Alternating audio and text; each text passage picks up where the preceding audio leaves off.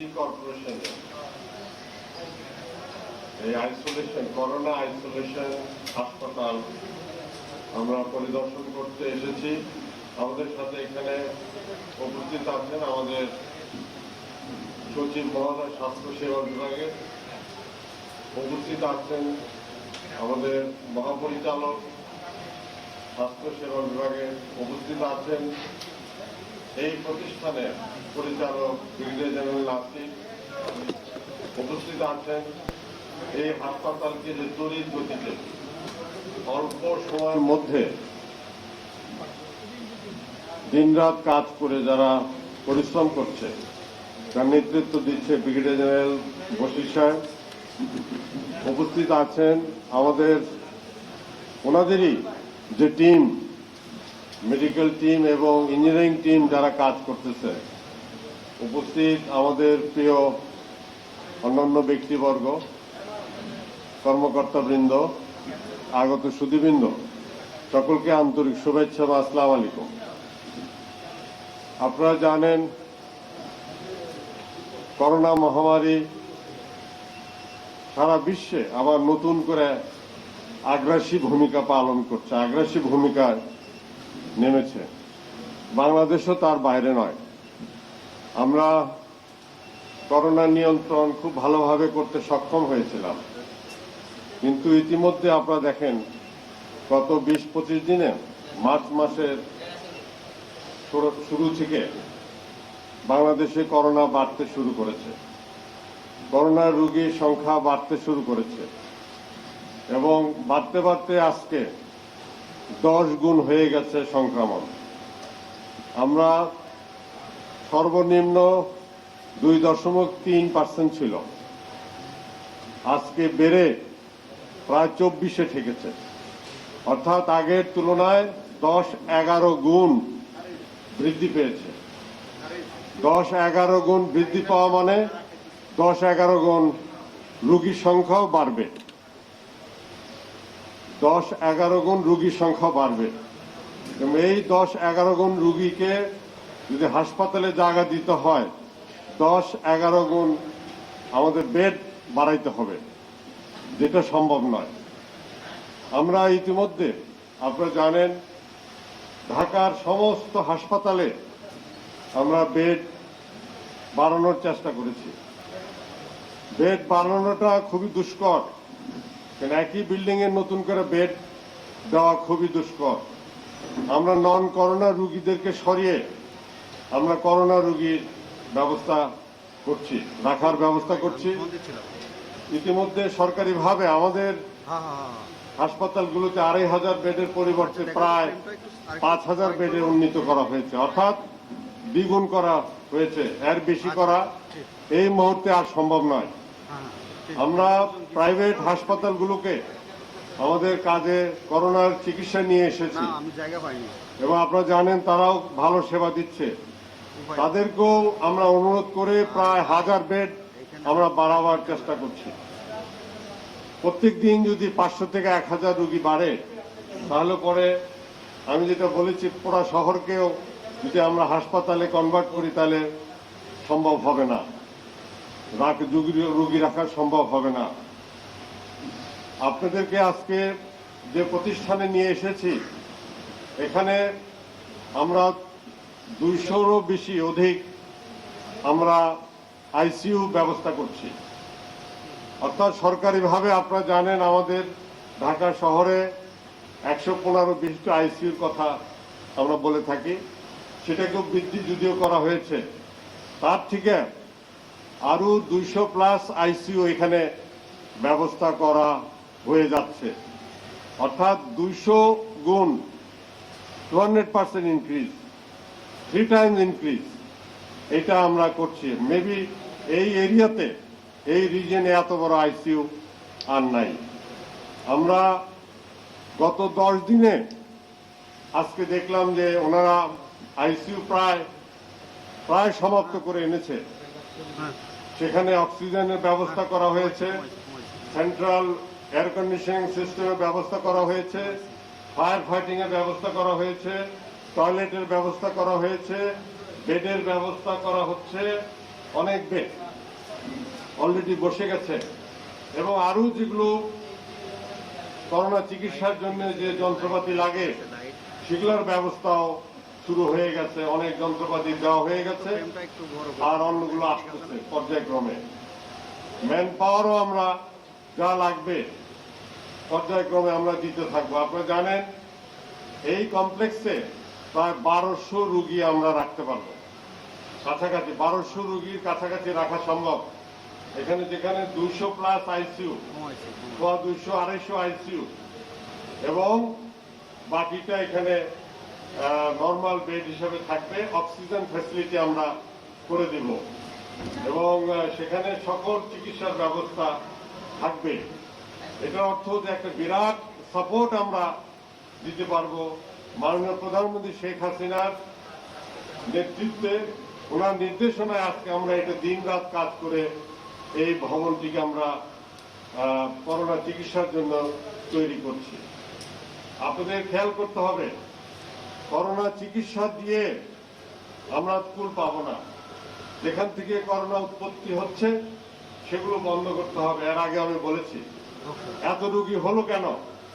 আমরা এখানে একটি সমীক্ষায় করে দেখেছি, আমরা এখানে বিভিন্ন হাসপাতালে আমরা খোঁজ খবর নিয়েছি এবং দেখা গেল রোগীগুলো সংক্রমিত হয়েছে বেশিরভাগ কক্সবাজারে যারা গেছে, বান্দরবনে যারা গেছে, বিয়ে শাদিতে গেছে, সামাজিক অনুষ্ঠানে যারা গেছে, বিভিন্ন মিটিং মিছিল করেছে এবং কোন রকমের স্বাস্থ্যবিধি না মেনে মাস্ক পরে নাই, সামাজিক দূরত্ব বজায় রাখে নাই, হাত স্যানিটাইজ করে নাই। এই ধরনের কাজ এই গত কয়েক মাস যাবত চলেছে এবং শুধু তাই নয়, আমরা ভ্যাকসিন দিয়েছি। ভ্যাকসিন নেওয়ার পরে ওনারা সকলে আমরা এত বেশি বেপরোয়া হয়ে গেছি, আমরা মনে করছি যে আমাদের আর করোনায় ধরবে না। দেখা গেল যা সংক্রমিত হয়েছে অনেকাংশে ভ্যাকসিন নেওয়া লোকেরাও সংক্রমিত হয়েছে, কারণ তাদেরকে তো আমরা এখনো সেকেন্ড ডোজ দেই নেই, এখনো তো তাদের শরীরে অ্যান্টিবডি সেইভাবে গ্রো করে নাই, তৈরি হয় নাই, কিন্তু আমরা বেপরোয়া হয়ে ঘুরেছি। যার ফলে নিজে সংক্রমিত হয়েছি, নিজের পরিবারকে সংক্রমিত করেছি এবং সমাজকে সংক্রমিত করেছি আমরা। এবং এখন মৃত্যুর সংখ্যাও দেখেন 10 গুণ বেড়ে গেছে, আজকে 66 জন মারা গেছে এবং 7000-এর অধিক সংক্রমিত হয়েছে, যেটা ছিল মাত্র 600-600-রও নিচে ছিল সংক্রমণের হার দৈনিক, এখন হয়ে গেছে 6000-7000, অর্থাৎ 10 গুণ বেড়ে গেছে। আজকে আমরা বেখেয়ালি ভাবে চললে আমাদের যে কি পরিণতি হয় সেটা আপনারা দেখছেন। এই যে মৃত্যু হচ্ছে, এই যে জানমালের ক্ষতি হচ্ছে, এটা কারা দায়ী হলো? আমরা সকলে দায়ী হলাম যারা স্বাস্থ্যবিধি মানি নাই। আমাদের ঘাড়ে এই দায়িত্ব পড়ে।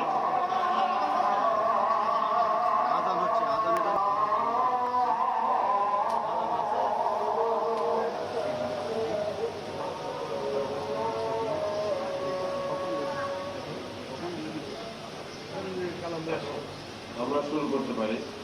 আমাদের কথা প্রায় শেষের দিকে। আজানের জন্য আমরা একটু বিরতি দিয়েছিলাম। যেটা বলছিলাম যে আজকে এত লোকের মৃত্যু, এত লোক হাসপাতালে আসছে যেখানে জায়গা নাই, ঠাই নাই, এর জন্য তো আমরাই দায়ী। আমরা স্বাস্থ্যবিধি মানি নাই, আমরা বেপরোয়া হয়ে ঘুরে বেরিয়েছি এবং এই মৃত্যুর জন্য, এই এত লোকের মৃত্যু, এত লোকের ক্ষতি আমাদেরই বহন করতে হবে।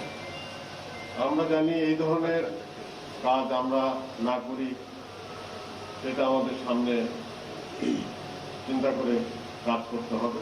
মাননীয় প্রধানমন্ত্রী এখন আপনারা জানেন লকডাউন দিয়েছে, দেশে লকডাউন চলছে এবং 18টি নির্দেশনা দিয়েছে। আমরা যদি এই সংক্রমণকে কমাতে চাই, মৃত্যু কমাতে চাই, তাহলে আমাদের এই লকডাউনের যে বিধিবিধান আছে মেনে চলতে হবে। এই 18 যে নির্দেশনা আছে সেটা আমাদেরকে মেনে চলতে হবে। আমাদেরকে মাস্ক পরতে হবে, সামাজিক দূরত্ব বজায় রেখে চলতে হবে এবং ঘন ঘন হাত ধুতে হবে, স্যানিটাইজ করতে হবে এবং যে সমস্ত অনুষ্ঠান যেগুলো নিষেধ করা আছে আপাতত, এগুলো করা যাবে না, সেইভাবে মেনে চলতে হবে। আপনি নিজে বাঁচবেন, পরিবারকে বাঁচাবেন এবং দেশকে রক্ষা করবেন, এইটি আমরা চাই। আমাদের চেষ্টার কোনো ত্রুটি নাই। আপনারা জানেন গতবারের তুলনায় আমরা অনেক ভালো অবস্থায় আছি, কিন্তু 10 গুণ ভালো অবস্থায় তো আর আমরা করে ফেলতে পারবো না। আপনারা জানেন সারা দেশে প্রায় 2000 হাই ফ্লো নেজাল ক্যানোলা এবং অক্সিজেন কনসেন্ট্রেটর দেওয়া হয়েছে ঢাকা সহ, এবং এটা আইসিইউর মতো কাজ করে। এটা আগে তো একটিও ছিল না, এখন 2000 আছে। আমরা যদি 2000-এর জায়গায় যদি 50,000 লোক সংক্রামিত হয়ে যায়, আমরা তো এটা আমাদের পক্ষে তো সম্ভব হবে না। কাজেই আমাদেরকে এই বিষয়গুলো মেনে চলতে হবে। আমরা বেড বাড়িয়েছি, আপনাদেরকে বলেছি যে 2500 বেডের জায়গায় 5000 করা হয়েছে, আরো 1000 যোগ হয়ে যাবে। প্রাইভেটে বেড বাড়িয়েছি, প্রাইভেটে প্রায় 1000 বাড়িয়েছে, তাতে তো কোনো জায়গায় কুল পাবে না। আমাদের এখনো ভালো আছে আমাদের ডিভিশনগুলো। অন্যান্য জেলার সাথে আজকে আমি প্রায় 30টি জেলার সাথে নিজে কথা বলেছি। এর আগে সব ডিভিশনের সাথে, সব মেডিকেল কলেজের সাথে কথা বলেছি, তাদেরকে নির্দেশনা দিয়েছি, কি প্রয়োজন সেটা জেনেছি, এবং তাদের যা যা কিছু দরকার সেটা দেওয়ার ব্যবস্থা করেছি। তারা ওখানে প্রায় সব কিছুরই ব্যবস্থা আছে, রোগী চিকিৎসা পাচ্ছে এবং রোগী কম আছে হাসপাতালে। বরঞ্চ ঢাকায় যারা আসেন তারা আপনার আশেপাশে জেলা যেগুলো আছে সবে ভালো চিকিৎসার ব্যবস্থা আছে, সেখানে গেলে আপনারা ভালোভাবে আরামে চিকিৎসা পাবেন, সেই ব্যবস্থা করেছি। আমরা আরো জোরদার করছি এবং যা যা চাহিদা ছিল অন্যান্য জেলায় প্রায় প্রত্যেকটি হাসপাতালের সাথে কথা হয়েছে, ওনাদের প্রয়োজনীয় যা কিছু প্রয়োজন সবই আছে কোভিড চিকিৎসার জন্য, এবং আরো যেগুলো চেয়েছে সেগুলো আমরা ব্যবস্থা আমরা করে দিচ্ছি।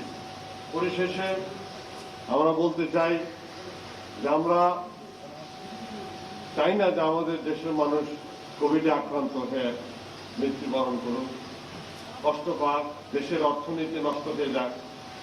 আমরা চাই সকলে ভালো থাকুক, সুস্থ থাকুক এবং দেশের অর্থনীতি এগিয়ে যাক। এটা করতে হলে পরে আমাদের প্রত্যেকেরই সজাগ হতে হবে। আপনারা জানেন ডাক্তার নার্সরা যারা চিকিৎসা দিচ্ছে, আমরা যারা জড়িত আছি, আজকে 1 বছর হয়ে গেছে, অক্লান্ত পরিশ্রম তারা করছে প্রায় 1 বছর যাবৎ। ক্লান্ত হয়ে গেছে প্রত্যেকে, অনেকে মৃত্যুবরণ করেছে, অনেকে সংক্রামিত হয়েছেন। এই বিষয়গুলো আমাদেরকে মনে রাখতে হবে এবং আমাদের সম্পদও সীমিত আছে, এই বিষয়টিও মনে রাখতে হবে। কাজে সব মিলিয়ে আমাদেরকে দায়িত্বপূর্ণভাবে কাজ করতে হবে এবং আমরা ইনশাল্লাহ এই মহামারী থেকে আমরা বেরিয়ে আসতে পারবো, এবং তার জন্য সকলের সহযোগিতা লাগবে। সাংবাদিক ভাইদেরকেও বলি, আপনারাও সহযোগিতা করে আসছেন, আগামীতেও করবেন, এবং জনগণের কাছে এমনভাবে মেসেজটি দিবেন যেন জনগণ আশ্বস্ত হয় এবং জনগণ বুঝতে পারে কিভাবে করোনা থেকে আমরা রক্ষা পেতে পারি এবং করোনা কেন হয়, স্বাস্থ্যবিধি না মানলে যে করোনা হয় এবং চিকিৎসা পেতেও কষ্ট হয়, এই বিষয়গুলো আপনারা তুলে ধরবেন। আমরা চাই যে আপনাদের কাছ থেকে পজিটিভ নিউজ, যে নিউজে আমাদের ডাক্তার নার্সরা তারা অনুপ্রাণিত হবে, দেশবাসী অনুপ্রাণিত হবে, এটি আমরা আপনাদের কাছে আশা করি। সকলকে ধন্যবাদ। আসসালামু আলাইকুম। একটা প্রশ্ন আমি নিউজ থেকে সেটা হচ্ছে যে গত কয়েকদিন ধরে, বিশেষ করে আজকে এবং গত দিনে আমরা লকডাউন দেখছি। তো লকডাউন পালনের যে চিত্র আমরা গণমাধ্যমে দেখছি এবং আপনারাও সচক্ষে দেখছেন যে মানুষ লকডাউনে স্বাস্থ্যবিধি মানতে যাচ্ছে না, মুখে মাস্ক পরতে যাচ্ছে না, অনেক জায়গায় সরকারি প্রশাসনের কর্মকর্তাদের উপর হামলাও হচ্ছে, ফরিদপুরে আমরা দেখেছি। তো যেভাবে লকডাউন পালিত হচ্ছে তাতে করে সংক্রমণ কমার কোনো সম্ভাবনা দেখছেন কিনা? ধন্যবাদ আপনার প্রশ্নের জন্য। লকডাউন তো গতকাল থেকে শুরু হয়েছে। একটা জিনিস শুরু হয়ে কার্যকর হতেও সময় লাগে এবং জনগণের সচেতন হতেও সময় লাগে। কাজেই আপনি ঠিকই বলেছেন, কিছু লোকের জন্য লকডাউনটা মানতে চায়নি। আমরা গুলিস্তানে দেখেছি, নিউ মার্কেটে দেখেছি, দোকানদাররা রাস্তার মধ্যে নেমে মিছিল করছে, ভাঙচুর করছে। লকডাউন তারা মানবে না। বিভিন্ন জেলায়ও এইরকম অবস্থা আমরা দেখেছি। আস্তে আস্তে এগুলো প্রশাসন বিভিন্ন ব্যবস্থা নিচ্ছে। আমাদের বিভিন্ন জেলায় ডিসি আছেন, এসপি আছেন, আমাদের সিভিল সার্জন আছেন, এনারা কমিটির মাধ্যমে ব্যবস্থা নিচ্ছে। জনগণও আস্তে আস্তে সচেতন হচ্ছে। এখনো মাস্ক পরছে, অনেকে পড়ছে না, এটাও সঠিক। কিন্তু আহ্বান করব যে এটা দেশের মঙ্গলের জন্য, জনগণের মঙ্গলের জন্য আজকে লকডাউন, জনগণের মঙ্গলের জন্য আজকে 18 নির্দেশনা মাননীয় প্রধানমন্ত্রী দিয়েছেন। এটা আমাদেরকে মেনে চলতে হবে। এবং আপনারা জানেন, আমরা চাই না যে কারোর উপরে কোনো রকমের আইনি প্রক্রিয়া করা হোক। আমরা চাই না কেউ জরিমানা করুক। আমরা চাই যে নির্দেশনা দেওয়া হয়েছে ওটা জানি মেনে চলে। এবং আমি আশা করি আমাদের দেশবাসী এটা বুঝতে পারছে এবং আস্তে আস্তে আমি মনে করি তারা পালন করবে স্বাস্থ্যবিধি এবং নিষেধাজ্ঞা যেটা আছে সেটা তারা মেনে চলবে। একটু আমি শফিক আহমেদ বলছি, 71 টেলিভিশনের রিপোর্টার। আপনার বক্তব্যের পুরোটাই জুড়ে যদি আমরা খেয়াল করি তাহলে দেখলাম যে বেড সংকট একটা বড়, যে সংক্রমণের হার অনুযায়ী আপনারা গত 10 মাস আগে কোটি কোটি টাকা ব্যয় করে 2000-এর উপরে বেড করলেন, আইসোলেশন সেন্টার করলেন। এই যখন সংক্রমণ বেড়ে গেল, রোগী বাড়লো, মৃত্যু বাড়লো, শনাক্তের হার বাড়লো। গতকাল সেই বসুন্ধরা যেটি আপনি উদ্বোধন করেছিলেন, সেখানে গিয়ে হাসপাতাল উধাও হয়ে গেল। 2000 বেডের হাসপাতাল উধাও, কোটি কোটি টাকা সরকারের নষ্ট। কেন হলো, কি ব্যাখ্যা আছে আপনাদের? বসুন্ধরা যেটা আমাদের যে টেম্পোরারি যেটা আইসোলেশন সেন্টার ছিল, সেই আইসোলেশন সেন্টার আমরা করেছিলাম। সেখানে 2000 বেড আমরা লাগিয়েছিলাম, একটা রুগীও ছিল না। আমরা 6 মাস একটা রুগীও ছিল না। এবং 6 মাসের পরে সরকারি নির্দেশনা ছিল যে এটাকে আর প্রয়োজন নয়, উঠে ফেলা। সেখানে সেটা আইসোলেশন সেন্টার, সেটা কোনো একটা বড় হাসপাতাল নয়। কাজে এটা আপনার ধারণাটা সঠিক নয় যে ওটা একটা হাসপাতাল, কিন্তু উঠিয়ে ফেলেছি। আর তার পরিবর্তে আমরা ইতিমধ্যে বেড তো 3 গুণ করেছি। আমাদের 2500 বেডের জায়গায় 5000 হয়েছে, প্রাইভেট সেক্টরে 1000 হয়েছে, অর্থাৎ 3500 বেড বৃদ্ধি করা হয়েছে। সেটা হাসপাতালে, আইসোলেশন নয়, সেটা হাসপাতালে চিকিৎসা যেখানে দেওয়া যায় সেই ধরনের বেড এখানে 3500 পর্যন্ত বেড়ে গেছে।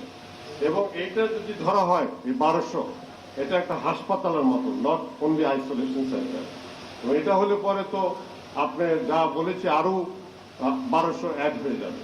কিন্তু সবচেয়ে বড় বিষয়, আমরা 5000 বেড করলাম, এরপরে তো 1 ইঞ্চি জায়গাও নাই যেখানে আপনি আরেকটা বেড রাখতে পারবেন। এবং তখন বেডটা কোথায় দিব? তখন তো কোথায় দিব? আপনাদের বাড়ি ঘরে বেড নিয়ে গেলেও তো হবে না।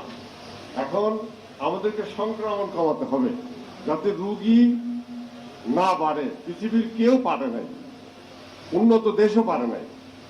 আপনি যদি রুগী আজকে 10,000 হয়ে যায়, 20,000 হয়ে যায়, তখন তো আপনি কোথায় নেবেন, কোথায় চিকিৎসা করবেন? বেড বাড়ালাম, ডাক্তার কোথায় থেকে পাবো, নার্স কোথায় থেকে পাবো, যন্ত্রপাতি কোথায় থেকে পাবো? এটা তো সম্ভব নয়। কাজে যেটা প্র্যাকটিক্যাল, যেটা করা সম্ভব, সেটা 100%, 110% করা হচ্ছে।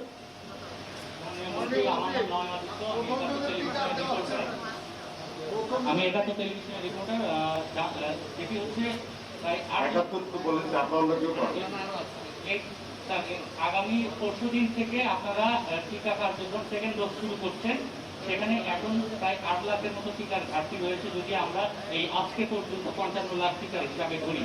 সেই ক্ষেত্রে আমাদের এই টিকার সংখ্যক টিকে ওঠার কোনো উপায় আছে কিনা? ইন্ডিয়া কবে নাগাদ দ্বিতীয় লট কিংবা পরবর্তীতে ধাপ 3য় মাসের ডোজগুলো পাঠানো শুরু করবে? কোনো কাজের মধ্যে থেকে কোনো ধরনের তথ্য পাওয়া গেছে কিনা?